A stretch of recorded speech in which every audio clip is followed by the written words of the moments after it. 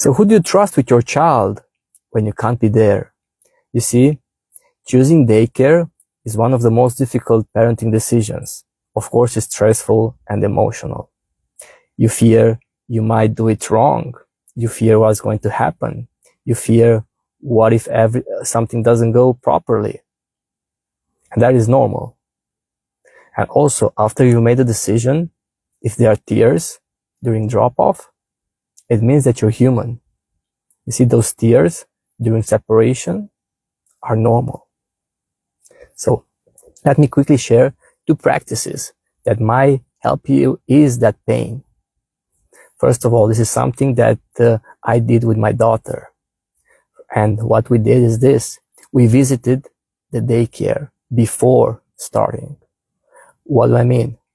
Once my daughter got familiarized with the new environment, with the classroom, with the playground, that transition was way smoother. You see, toddlers cry because also the change is very abrupt.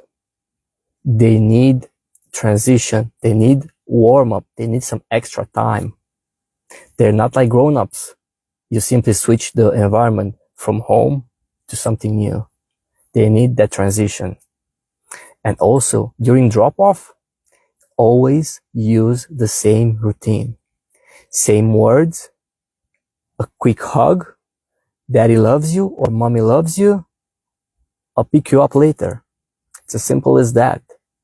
You see, if we don't make a big deal out of it, the child is going to feel our energy.